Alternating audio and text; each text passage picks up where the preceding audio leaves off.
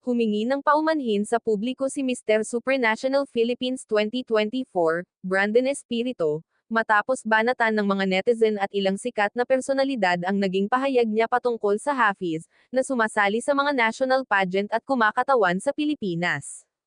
Nagugat ang kontrobersya matapos mag-viral ang isang komento ni Espiritu sa Instagram post ng isa pang Filipino-American model, fitness personality, at beauty pageant title holder na si Jether Palomo, kung saan sinabi niya na mahihirapan umanong makipagsabayan ang Pilipinas sa pambansang kompetisyon kung wala ang mga Pinoy na may kalahating dugong dayuhan. Si Jether ay madalas na sumasali sa male pageants at kinakatawan ang Pilipinas. Siya ang kinoronahang Mr. Pilipinas Global 2025, at naging kinatawan ng bansa para naman sa Mr. Global 2025, kung saan umabot siya sa top 11.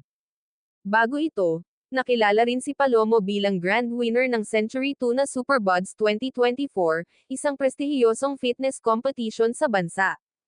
Noong 2023, nagtapos siya bilang first runner-up sa Mr. Tourism World 2023, na ginanap sa Brazil.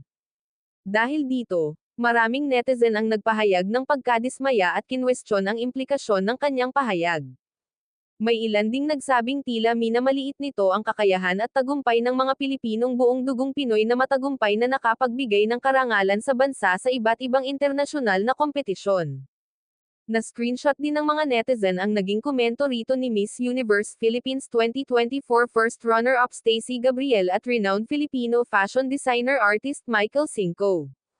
Disgraceful. You either embrace your Filipino heritage fully when you represent us or you don't at all.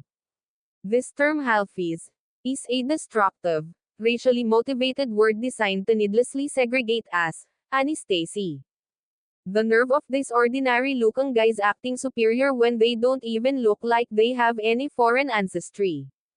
They only come to the Philippines to build a career and gain followers. Saad naman ni Michael Cinco. Habang dumarami ang kritisismo, agad namang naglabas ng pahayag si Espiritu upang humingi ng paumanhin at linawin ang kanyang naging komento. Ayon sa kanya, pabigla-bigla niyang nasabi ang naturang pahayag at nauunawaan niya kung bakit marami ang nakakita rito bilang isang kawalang galang. Aniya, I am proud to represent the Philippines and proud of my Filipino heritage. The last thing I would ever want is to diminish the accomplishments of Filipinos, whether they are full Filipino, mixed Filipino, or anyone who has had the honor of carrying our flag on the international stage. Binigyang diin din niya na hindi niya kailanman layuning maliitin ang mga nagawa ng mga Pilipinong kumatawan sa bansa sa iba't ibang pandaigdigang patimpalak.